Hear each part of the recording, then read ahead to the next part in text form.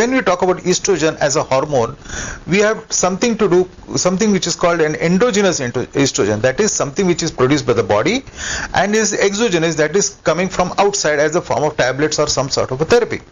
So what comes through the body is something which you cannot change. So what increases estrogen levels in a lady, which can cause increased rise of breast cancer, is the level and duration of exposure to estrogen. So somebody who's got early menarche, the periods have started early, have ended early, somebody who's never married, somebody who has late children or never had children, these are the women who are more susceptible to breast cancer.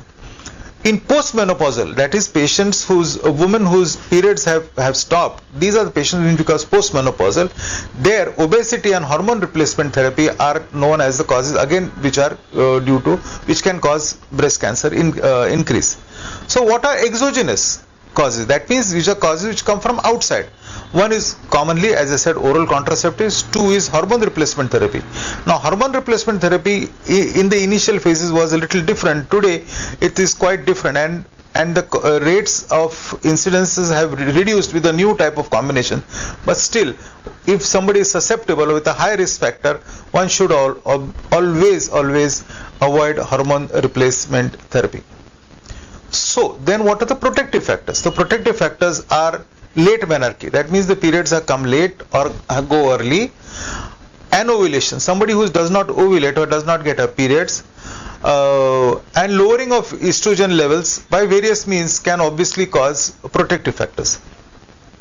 So, when we talk about breast cancer per se, we have to understand a very important thing, that lot of our patients are postmenopausal, that they come in 40 to 55 age group. Also, the second important thing to note is, people always ask us this question is, how much of benign breast cancer or benign breast disease, which I talked about earlier, is pre-malignant? That does benign breast cancer translate or become breast cancer in the future? So apart from one typical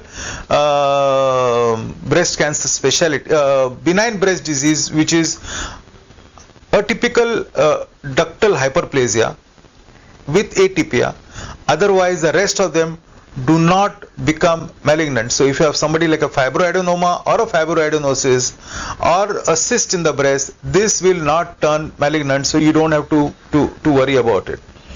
There is a linear relationship with alcohol, because alcohol increases obesity, hence it also increases the level of estrogen in the body. So obesity, increased alcohol, lack of exercise are also factors which can promote this disease.